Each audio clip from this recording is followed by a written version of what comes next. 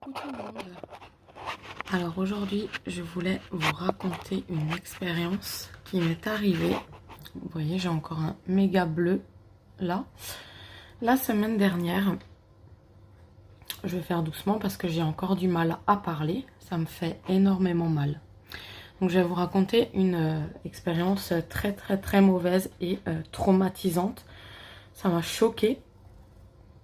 C'était horrible. Alors en fait, ce qui s'est passé, c'est que j'ai commencé à avoir mal aux dents dimanche, lundi, sans plus. Et je sais que le vendredi, j'avais rendez-vous chez mon dentiste pour un contrôle. Et du coup, je me suis dit, je vais attendre jusqu'à vendredi, ça va passer. Je prends des Doliprane, des antidouleurs, ça passera. Donc dimanche, lundi, j'avais pas besoin d'antidouleurs. J'ai commencé à en prendre un mardi. Mercredi, je suis allée manger au restaurant avec mon papy et je lui disais déjà que ça faisait un peu plus mal que la veille. Donc j'avais pris un Efferalgan. Bref, le mercredi, voilà. Et le jeudi, ça commençait à se réveiller fort. Le mercredi, j'ai dit, allez, c'est pas grave. Vendredi, c'est après-demain. Je vais tenir jusqu'au rendez-vous de vendredi. J'appelle pas. Donc le mercredi, j'ai pas appelé. Et dans la nuit, ça s'est réveillé. Et il s'avère que le jeudi matin, mon dentiste ne travaille pas. Le jeudi.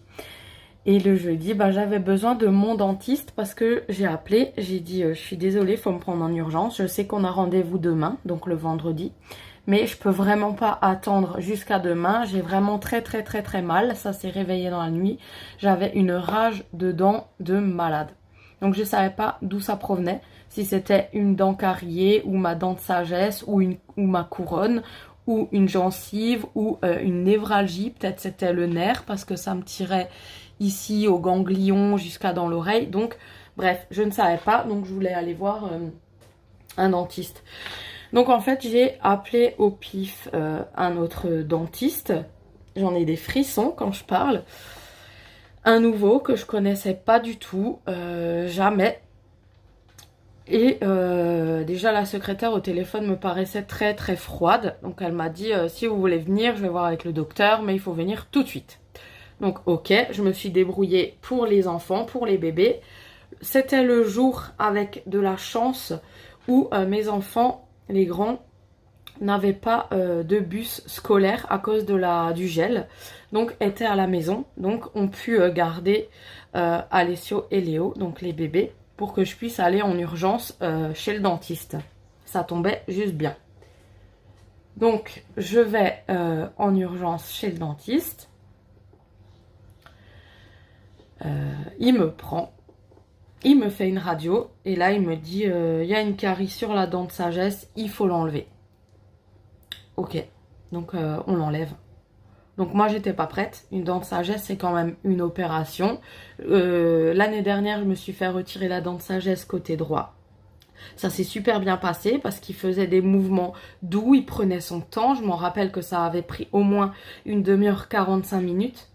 Là, ce dentiste-là me l'a enlevé mais en 10 minutes et il m'a littéralement bousillé la bouche. Oh, grisou! Alors en fait, je vous explique. Donc il me met la bavette là. Il me dit, on va l'enlever. Du coup, j'ai rien compris. Il m'anesthésie au fond. Donc très au fond. Il me pique dans la gencive tout au fond là. Donc ça fait mal, mais bon, c'est la première piqûre. Il attend pas, il m'appuie fortement sur la dent, qui me donne un gros coup de jus. Donc il me dit ça n'a pas fonctionné, il me réinjecte. Il me réinjecte. Et là, il attend, il me retouche la dent, ça n'a pas fonctionné, j'ai hyper mal. Il me réinjecte, il m'a injecté 6 doses, voire 7, un peu partout, dans la joue, derrière, dans la gencive, devant, entre les dents, sur les côtés. Bref, j'en avais partout et il m'a réinjecté encore dedans, mais au fond, derrière. Bref, l'anesthésie faisait presque pas effet. Et là, il a commencé à prendre sa pince, à vouloir me sortir la dent, mais je tenais le siège comme ça, mais comme ça.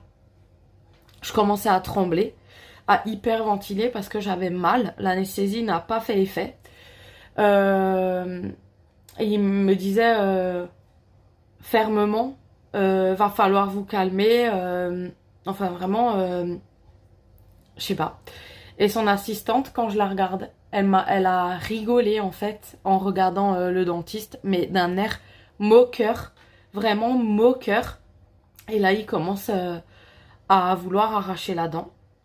Il me dit elle bouge beaucoup, mais elle sort pas quoi. Et il essaye, et moi je recule parce que j'ai une douleur. L'anesthésie ne marche pas, j'ai une douleur, je sens tout en fait. Et je lui dis d'arrêter, donc je lui prends le bras comme ça. Et là il me regarde, il dit non, comme ça. Donc j'ai relâché le bras, et là à ce moment-là je prends le siège. Et manque de peau, j'ai pris sa cuisse. Heureusement que j'ai pas pris ses cacahuètes parce que je lui aurais broyé. Et je me suis aperçue que c'était sa cuisse, donc je l'ai enlevé. Et j'ai pris le siège, le fauteuil en main, et je me suis dit, accroche-toi ma belle, tu vas douiller. Donc je me suis accroché toutes mes forces au siège, et mon corps tremblait. Et il me disait, détendez le haut du corps, détendez les épaules, faut se détendre maintenant. Et à un moment, je lui ai dit, écoutez, j'ai juste besoin d'être rassurée. Il dit, oui, bon, ben, je vais vous l'enlever, votre dent, comme ça, vous aurez plus mal. Et c'est tout ce qu'il a trouvé à me dire. L'autre, aucune empathie, rien du tout. Sa secrétaire, son assistante, rien du tout. Une vraie peau de vache. Franchement, une moqueuse. Vraiment.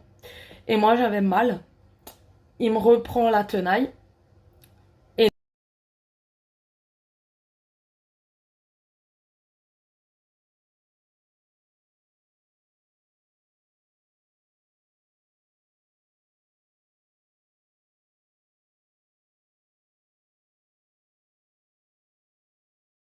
Et là, ma dent, elle éclate littéralement. J'avais des bouts de dents partout.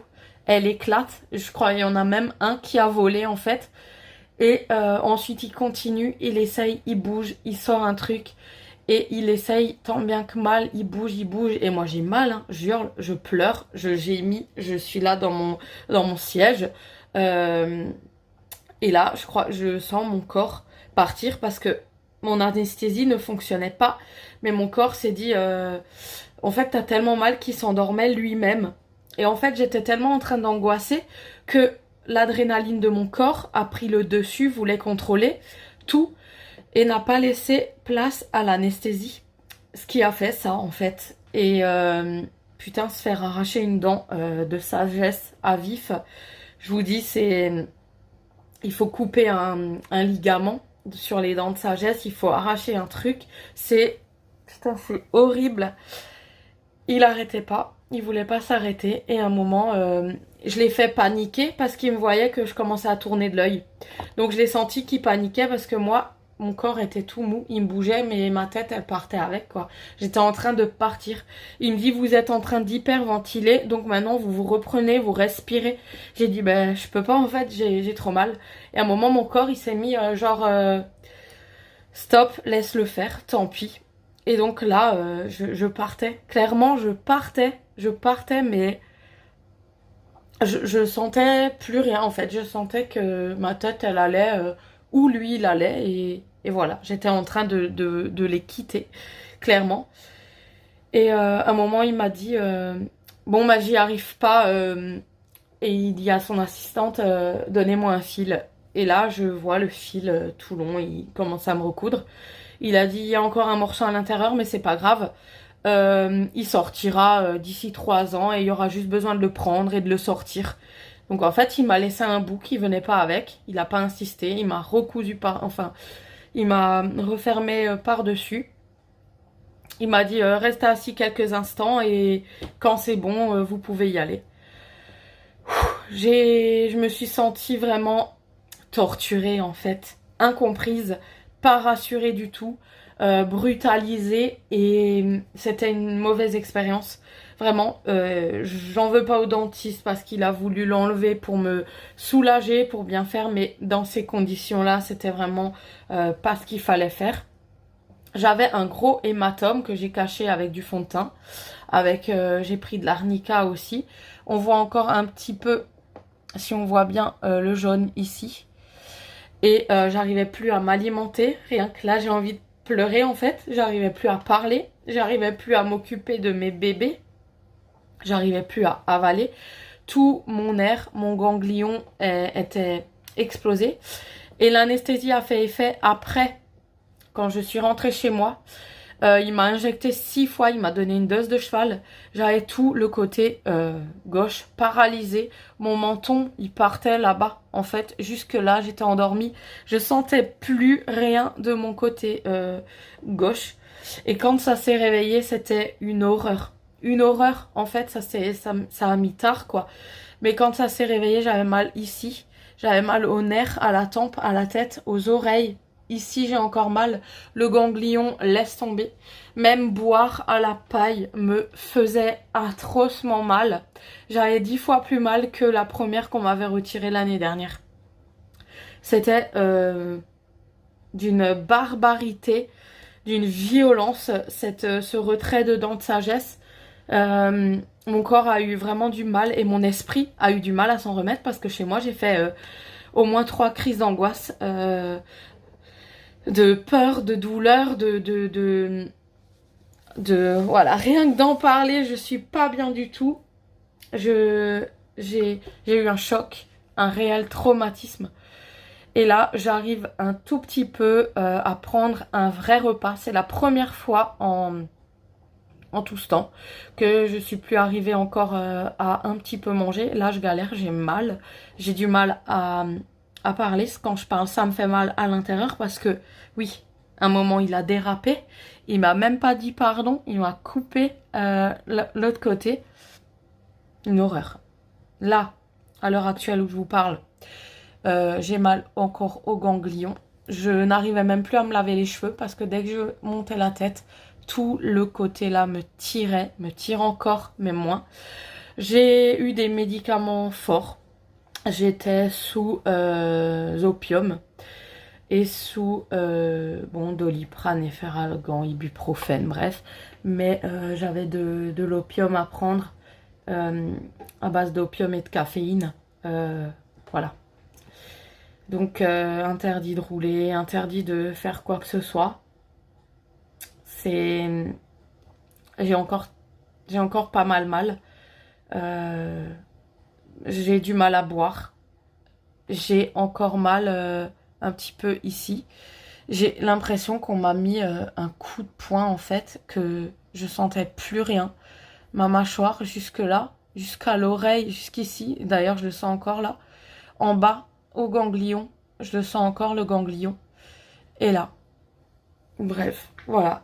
C'était une expérience traumatisante. Je devais m'occuper des enfants, faire des nuits avec une douleur insistante, persistante, constante et intense, jour et nuit, sans repos, parce que je crois que l'opium faisait effet, mais une demi-heure, je dormais des demi-heures par demi-heure. Je devais me lever pour m'occuper de Léo la nuit, je devais la journée assurer les bébés. C'était vraiment compliqué. Et franchement, là, je vous le raconte comme ça. Donc, c'est passé. Mais si j'avais pu parler les premiers jours, franchement, vous aurez vécu dans mes paroles la douleur intense que j'ai vécue en fait ces 3 derniers jours, 4 derniers jours. Ouais, ne pas pouvoir parler, ne pas pouvoir avaler correctement. Chaque mouvement de déglutition me faisait rappeler l'enfer, vraiment l'enfer. Là, il m'a cousu, mais il m'a laissé des fils que je dois retirer demain. Il m'a laissé des fils longs qui me grattent dans la gorge, en fait, comme si j'avais une arête coincée qui me gratte dans la gorge. J'imagine même pas comme je dois être irritée, en fait. C'est peut-être l'inflammation qui me fait mal au ganglion. Mais j'ai hâte qu'on me retire le fil demain pour que j'ai plus cette sensation de grattage comme une arête. C'était... Je me sens, là, maintenant, je me sens comme une guerrière. Parce que ma douleur était intense. Dans mes yeux, on voyait que j'avais envie de... J'avais les nerfs. Pas parler, pas avaler, pas manger, pas boire. C'était horrible, c'était horrible. Devoir quand même m'occuper, pas pouvoir me mettre en arrêt pour me reposer, devoir être au taquet avec une douleur persistante. Je vous garantis que c'est une expérience de malade. Et là, franchement, ouais, là, je me sens comme une guerrière en fait, parce que j'ai réussi dans de la douleur atroce, à pouvoir me lever, m'occuper des miens en fait, tant bien que mal. Certes, j'ai pas fait comme d'habitude, hein, mais j'ai fait le minimum que je pouvais faire en ayant mal. C'était horrible. Et je vous garantis que plus jamais j'irai chez lui. Plus jamais de ma vie j'irai chez lui. Donc le vendredi, j'avais rendez-vous chez mon dentiste. Je lui ai tout expliqué. J'ai craqué là-bas. Je lui ai tout expliqué. Et c'est lui qui me retire les fils demain d'ailleurs parce que je voulais plus retourner chez l'autre. Et il a vérifié. Il m'a un petit peu rassurée en fait. Mais bon. La douleur, elle est toujours là. Ça s'est pas passé comme ça s'est passé, je vous dis, en 5-10 minutes. Lui, il avait terminé avec ma dent. Il a rien fait de doux, rien. Il n'y avait pas de préparation, il n'y avait rien. C'était vraiment euh, à l'arrache. Je me suis sentie prise au dépourvu et torturée, vraiment. Voilà, je voulais vraiment vous raconter mon récit qui m'a fait vraiment souffrir autant psychologiquement que physiquement. Voilà, un arrachage de dents de sagesse à vif.